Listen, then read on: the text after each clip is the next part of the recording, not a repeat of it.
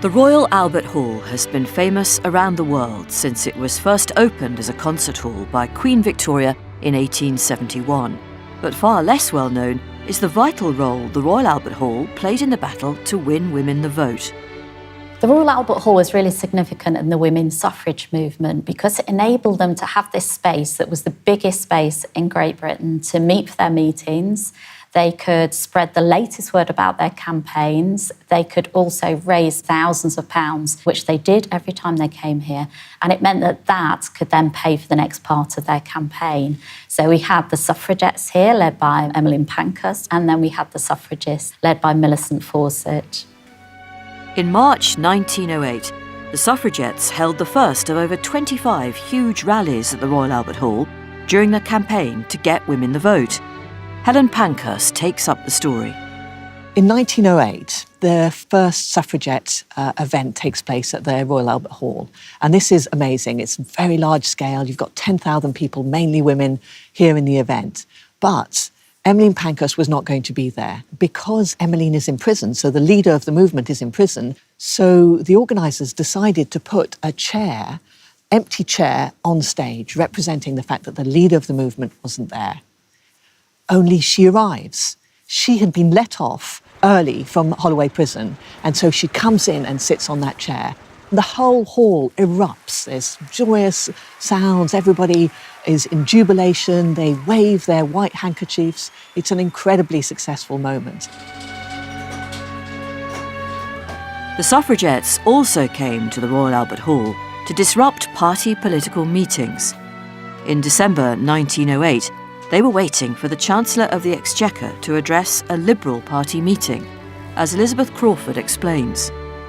The meeting had been quite quiet and attentive until Lloyd George stood up to speak. Then a voice rang out from one of the upper boxes. What we want is votes for women! And this was a woman called Helen Ogston. She was immediately leapt upon by the stewards from the Liberal Party and also from a man who was in the neighbouring box who actually jumped over the divide and pushed her to the floor. And she took out perhaps from her sleeve, a dog whip and struck out at her attacker. Helen Ogston later said that she had not taken the whip to prevent herself being evicted from the meeting, but rather because she was expecting to be attacked if she heckled. This actually documents some of the many things that happened in the Royal Albert Hall during this period. The Liberal Party had now banned all women from their meetings, but that wasn't going to stop suffragette Jessie Kenny getting into the Royal Albert Hall, as her relatives Anne and Eleanor recall.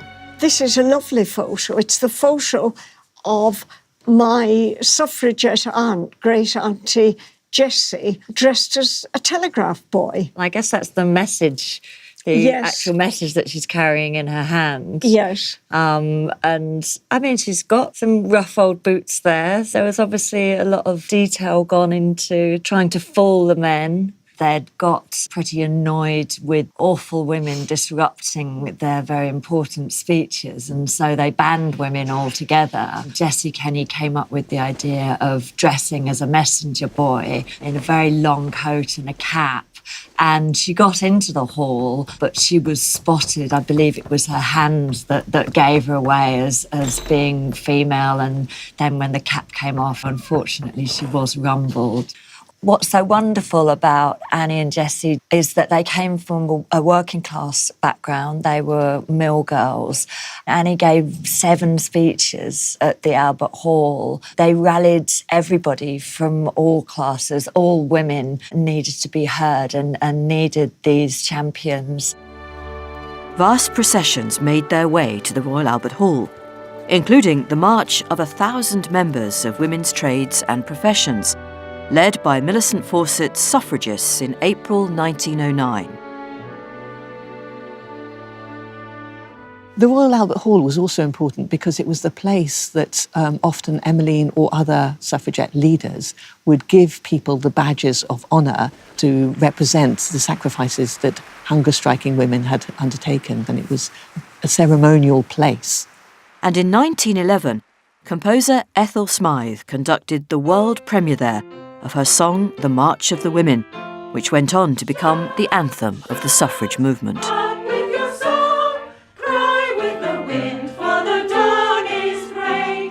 Now, there were lots of men and women in Britain at that time who both thought that women should not have the vote. So the anti-suffragettes also had a huge rally here in 1912. Now, we know about 10,000 people came to that meeting.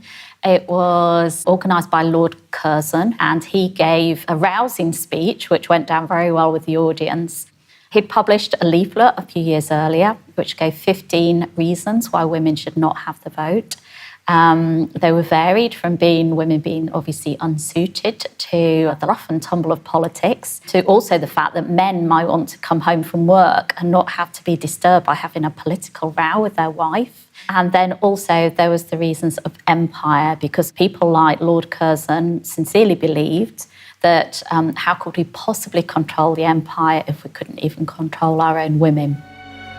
By summer 1912, the militant campaign became more and more extreme, with suffragette leaders condoning bombing and arson. As the authorities reacted with violence, meetings inside the Royal Albert Hall reflected the volatile political situation outside on the streets.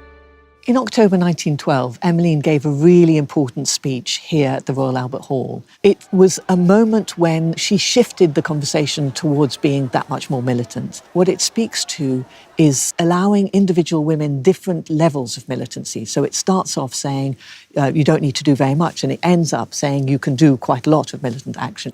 Be militant, each in your own way. Those of you who can express your militancy by going to the House of Commons and refusing to leave without satisfaction, do so. Those of you who can break windows, break them. And my last word is to the government. I incite this meeting to rebellion. The violence itself clearly is difficult in this day and age for us to be able to condone, as it was at the time. I always explain what their militancy in the context of the government's militancy. You can't look at one in isolation from the other. This was to be the last time Emmeline Pankhurst spoke at the Royal Albert Hall during the suffrage campaign. Only 2 days after the death of Emily Wilding Davison at the Epsom Derby, the Royal Albert Hall made the decision to stop the suffragettes from being able to come to the hall ever again. They were effectively banned from the hall, but that did not seem to stop the suffragettes from sneaking in whenever they could. So in June 1914, we had a little bit of a puzzle at the Royal Albert Hall because it appeared that someone very deliberately damaged our organ. At that time, the Royal Albert Hall organ was the largest organ in the UK. It was called the Voice of Jupiter. One weekend in June, some suffragettes had got into the ladies' toilets. They had blocked up all the sinks and they had set the taps running. This led to a huge flood. It damaged the organ quite significantly. The organ maker had to come out to inspect the damage, and he was horrified by what he found. And it even led to a poor man who had to play the organ a few weeks later at a concert having his organ playing criticised in the Daily Telegraph because it sounded so awful. And he actually wrote back to the Daily Telegraph to say, it's not my fault, it's the suffragettes. The suffragettes finally returned to the Royal Albert Hall, the scene of so many of their important battles, after the Representation of the People Act was passed in 1918. So in March 1918, when the suffragettes came back here to celebrate women getting the vote, it was a somewhat subdued affair. Of course, the war was still carrying on, and it wasn't all women that had got the vote. It was about 8 million women. So 1918, yes, it was a celebration, but not the all-out celebration that we might have expected.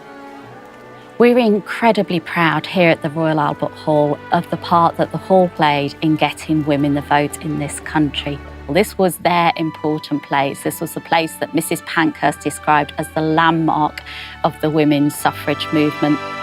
I believe the Albert Hall was built in memory of a prince who loved peace and music. A suffragette sees it as a temple of liberty, packed from floor to floor with women bent on winning their way to freedom.